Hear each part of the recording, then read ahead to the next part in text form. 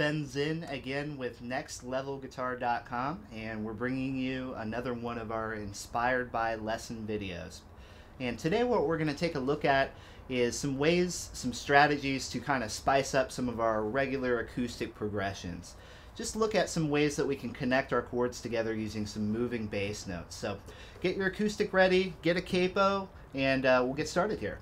Hey everyone, before we continue, make sure that you click on the text box below, the YouTube text box. We have a link there that will direct you to a free video lesson and a coinciding ebook from nextlevelguitar.com. It's not available on YouTube, so take a look at that and we'll continue on.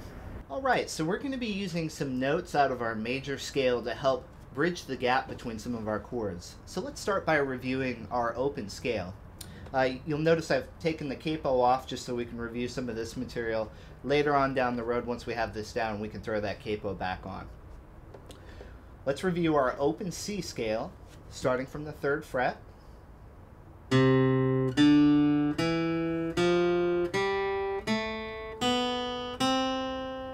Okay, so now let's add some additional range to that C scale beyond just 1 octave. So we'll take it up 1 octave, down below to cover the lowest range of the guitar, and then back up to our starting point.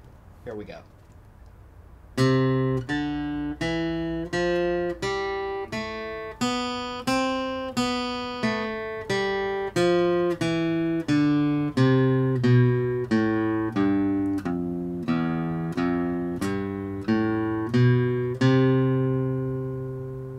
Okay, so now what we're going to do is use some of those lower notes in the scale as a means to connect some of our chord progressions together. We're going to be using what we call slash chords to connect our chords together. And basically what a slash chord is the chord that you're playing, for example a C chord, but with a different note as the root. So if I'm playing a regular C chord and I change the root note to be a G note down here, I would call that a C/G chord. Let's take a look at a couple of examples that we looked at in the intro next. So I'm going to start with my C. Then I'm going to change the bass note to a B. Now I'm going to change the bass note to an A. Now to a G.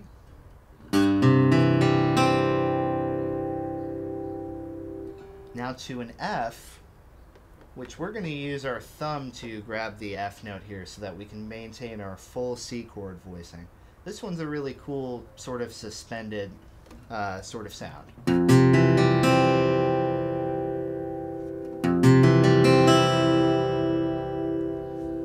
And now with an E in the bass note.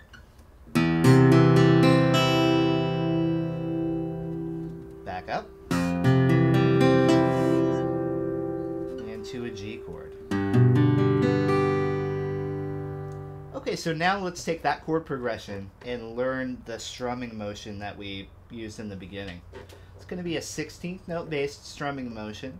So when we play 16th notes, we divide our counts, our 1, 2, 3, 4, up into 4s. We count those 1 E and 2 E and 3 E and 4 E and For each count that I verbalize, I will also have a motion that goes right along with it. Every time I move my hand, I'm going to have one of those counts associated with it. 1 E and 2 E and 3 E and 4 E and The biggest trick and the biggest secret to playing a rhythm pattern such as this is to keep that right hand moving. All the counts and everything are beneficial, but as long as you keep your right hand moving, you'll end up in the right spot. So let's break down that rhythm pattern. Before we use the progression, just go ahead and grab your C chord, hold it in place, and we'll go over the pattern.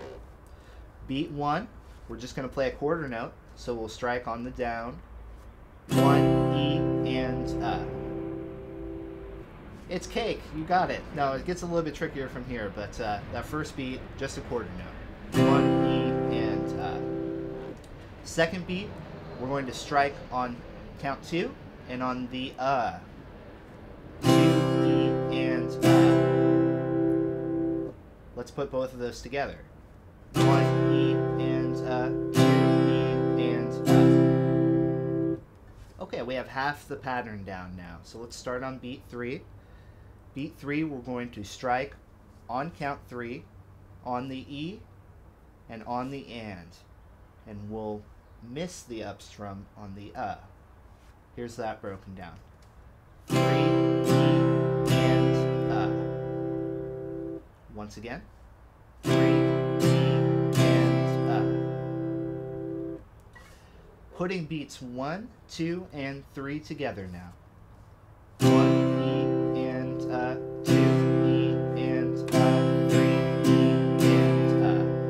and One last beat to break down.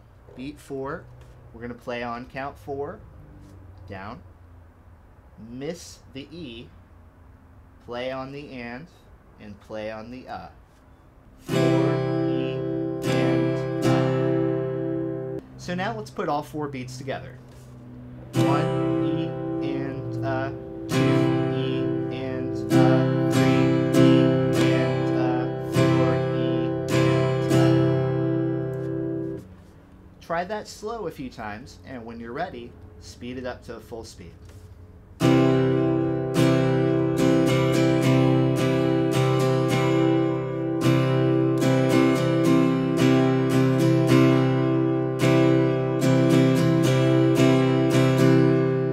Once you have that, now we can place it in context of the whole progression.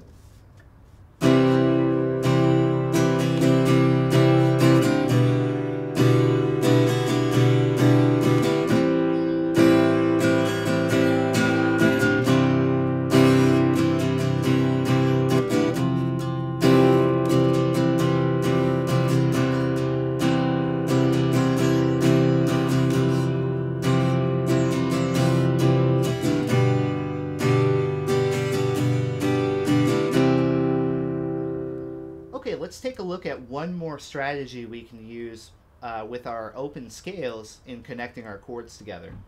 Let's say we're just playing a simple 3-note progression, like a C to an F, or let's say C to F, C to G, something like this.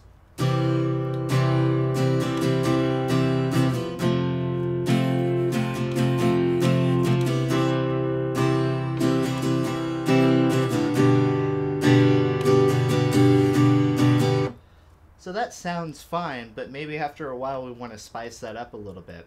One thing that we can use is some of those connecting scale tones to help get us from one chord to the next. I'll show you what I mean next here.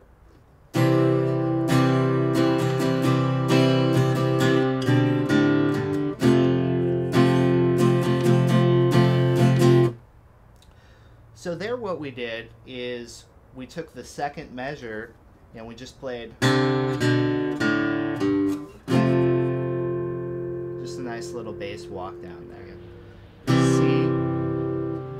C over B, C over A, C over G, F.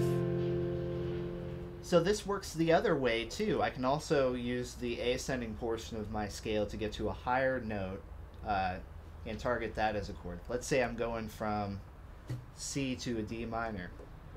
Well, I can walk up the scale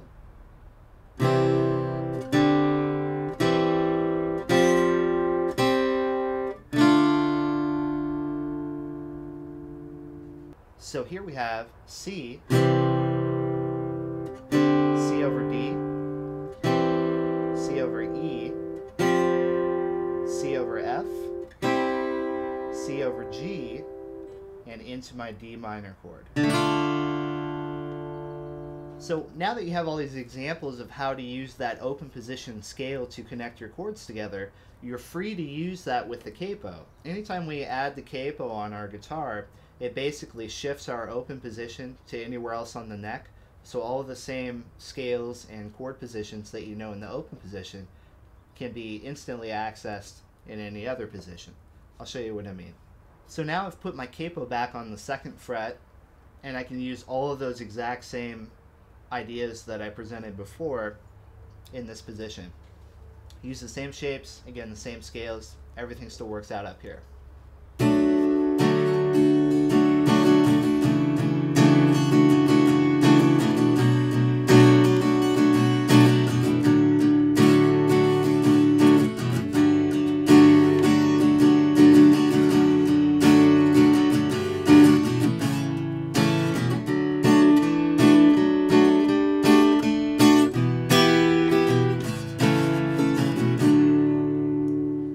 thanks again so much for joining us today. Make sure that you visit our website at nextlevelguitar.com.